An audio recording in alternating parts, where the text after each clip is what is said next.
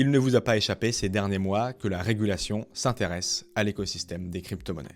Longtemps en dehors des spectres des régulateurs, les différents bull runs et augmentations des capitalisations ont attiré de nombreux utilisateurs à notre monde, le rapprochant de plus en plus de la fameuse mass adoption. Conçue pour certains pour être en dehors de ces cadres, l'industrie des cryptos, par ses acteurs, ne peut évidemment pas rester en dehors des lois.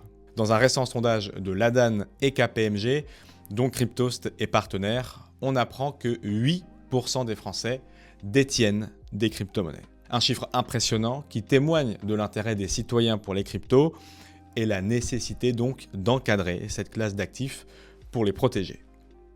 Mais les encadrer correctement. Ces derniers mois, certains points de la régulation ont fait peur à l'écosystème, craignant que l'Europe passe une nouvelle fois à côté d'une révolution de taille, celle du Web3 et celle de la crypto. Car ce monde n'a pas de frontières, et si la régulation européenne est trop forte, nos acteurs, nos cerveaux, partiront.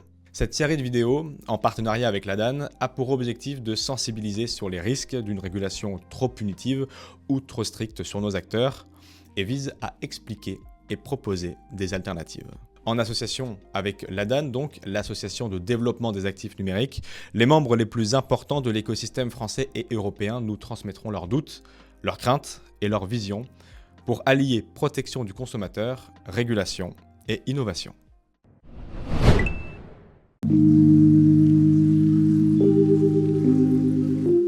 Quelques explications de texte et d'abréviation que nous allons utiliser dans cette vidéo. Market in Crypto Asset, MiCA, c'est une proposition de règlement dans le droit de l'Union européenne, propre donc à l'écosystème. Là, on est clairement sur une proposition taillée pour les cryptos qui est destinée à rationaliser. Pour nous parler de leurs inquiétudes et de la mise à niveau nécessaire sur ce point, Simon Douillet, COO et cofondateur de Shield Market, un service de courtage sur les cryptos pour des clientèles qualifiées. Shield Market, c'est 25 personnes qui viennent de la finance traditionnelle et de la crypto qui travaillent sur justement cette entreprise, et c'est 2 milliards de dollars de transactions en 2021. Rizza Ramirez de Just Mining, l'entreprise notamment cofondée par Owen Asher, Owen Simonin, c'est une trentaine de salariés aujourd'hui, 500 millions d'euros sous gestion, spécialisée donc dans les crypto-monnaies et la blockchain, qui a pour but principal, Just Mining, de rendre ces technologies accessibles au plus grand nombre grâce à une plateforme d'investissement intuitive. Marc Manégan, à leur côté également, fondateur et CEO de Crypton, un néo-exchange PSAN lui aussi, donc dans la crypto qui permet aux PME de se financer notamment. Crypton, c'est 14 personnes et 10 PME pour près de 2 millions d'euros qui ont permis donc de financer ces PME, cette bourse d'actifs numériques à destination des petites et moyennes entreprises. Donc. Et finalement, à leur côté, Nicolas Louvet, de la grosse plateforme locale, notre étendard français très connu en Europe aussi, CoinHouse, avec plus de 100 salariés, un demi-milliard de volume de transactions aussi sur l'année précédente, qui vont nous parler de ces projets de réglementation et de leurs craintes concernant ce point. Alors, la réglementation, tout d'abord, c'est essentiel. Il faut réguler, ça donne de la confiance, ça structure les acteurs et ça permet de protéger les investisseurs. Ça, on est totalement aligné. Le problème, c'est que le curseur est très difficile à positionner. On est dans un sujet innovant et trop régulé, c'est encore plus dangereux que pas régulé. Alors, ça peut impacter à différents niveaux. On n'est pas contre le fait qu'il y ait une régulation qui se mette en place et d'ailleurs, elle doit avoir lieu non pas seulement en Europe, mais à l'échelle mondiale. Et on n'est d'ailleurs pas les seuls à le dire. Beaucoup des grands acteurs recommandent en fait à ce que des règles soient mises en place, ne serait-ce que pour pouvoir jouer à jeu égal et aussi parler de la même voix, implémenter les mêmes types de solutions. Donc MiCA, en fait, pourquoi pas. Maintenant, dans MiCA, il y a en effet quelques textes qui sont problématiques.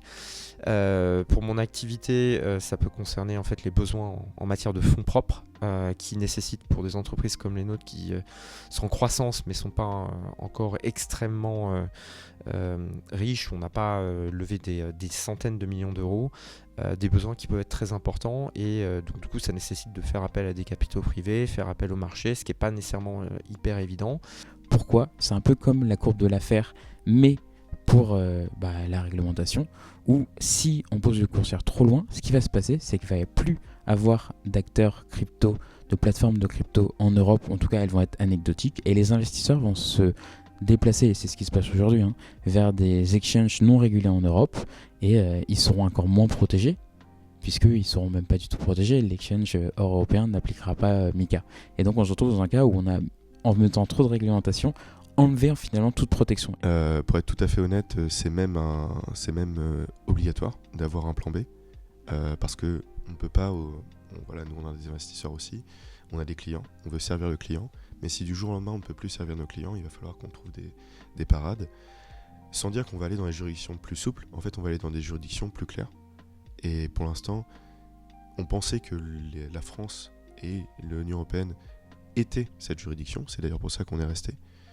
Mais il se peut qu'en 2024, le choix change. Et donc l'idée, c'est de bien mettre le curseur pour faire en sorte que les acteurs européens puissent grossir, ça puisse structurer l'écosystème, qu'ils puissent se développer, et qu'on puisse faire en sorte que les investisseurs européens restent sur des plateformes européennes et de faire quelque chose de pragmatique, ce qui n'est pas le cas en fait aujourd'hui. On a perdu la course en Europe du Web 2. On a très peu d'acteurs importants dans Internet. Le cloud, c'est AWS et Google Cloud.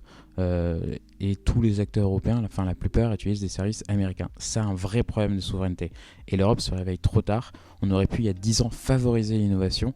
Et ça n'a pas été fait. Et aujourd'hui, on se rend compte que c'est problématique, c'est très grave en fait d'utiliser des clouds qui ne sont pas européens.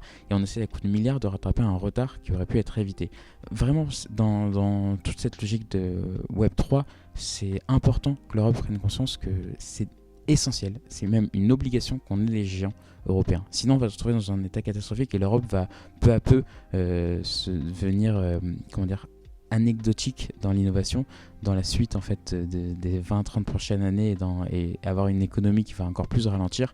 Et donc il faut faire en sorte de favoriser la naissance de géants du Web3 et donc réguler, oui, mais accompagner ces acteurs, favoriser l'innovation et aussi penser à la concurrence quand on régule, quand on fait de la réglementation, penser toujours à la concurrence versus les acteurs américains, versus les acteurs chinois, versus les acteurs de tous les pays du monde et voir quel sera l'impact pour ces acteurs. Et ça, c'est important. Et à ce moment-là, si on commence à ne plus avoir de champion européen pour la finance, pour le courtage, pour la conservation, eh bien ça risquera de poser problème sur la scène mondiale. Il est de pratique, lorsqu'on fait une règle d'harmonisation de cette envergure, comme on l'a fait sous MIF, d'inclure une clause de grand-père. Alors peut-être pas, on peut être d'accord qu'on ne va pas mettre une clause de grand-père aussi facile que sous MIF. Toutefois, on aimerait pouvoir avoir un aménagement. C'est-à-dire, on peut déjà par exemple opérer et pendant une certaine période avoir un délai un peu plus lent pour nous permettre de se conformer à tel point pour lequel l'enregistrement français ne nous a pas encore exigé de faire. En tout cas, je pense que cette démarche qui permettrait justement cette clause grand-père serait une très bonne démarche pour les acteurs européens. Ça permettrait vraiment aussi de donner un sens à tout le travail qui a été fait jusqu'à présent et quelque part de permettre aux acteurs qui respectent aujourd'hui les lois de pouvoir avoir une primeur par rapport à cet agrément qui est quand même très compliqué et qui va être long à obtenir. Je pense que ce qui va surtout appauvrir, je m'en fais pas trop pour ma société, je m'en fais plus pour les citoyens européens. Parce que la crypto, on l'a vu avec le rapport de la DAN, c'est a priori plus de personnes que ceux qui possèdent aujourd'hui un PEA ou qui investissent en bourse, et ça ne m'étonne pas. C'est surtout 20 à 30% des gens qui souhaitent y investir, et on n'a pas 20 à 30% de citoyens français ou européens qui sont à jeter de l'Union européenne parce que ce sont des fraudeurs. C'est la population européenne.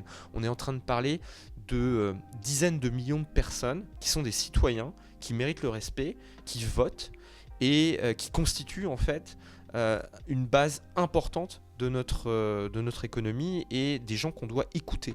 Et on le voit avec le NFT, avec l'évolution du Web3, nécessairement la crypto est un des moteurs du Web3 et pour interagir dans le Web3, pour acheter un NFT, tu dois avoir de la crypto et donc là on intervient, que ce soit pour les entreprises ou les particuliers, pour faire le change crypto-euro qui est nécessaire.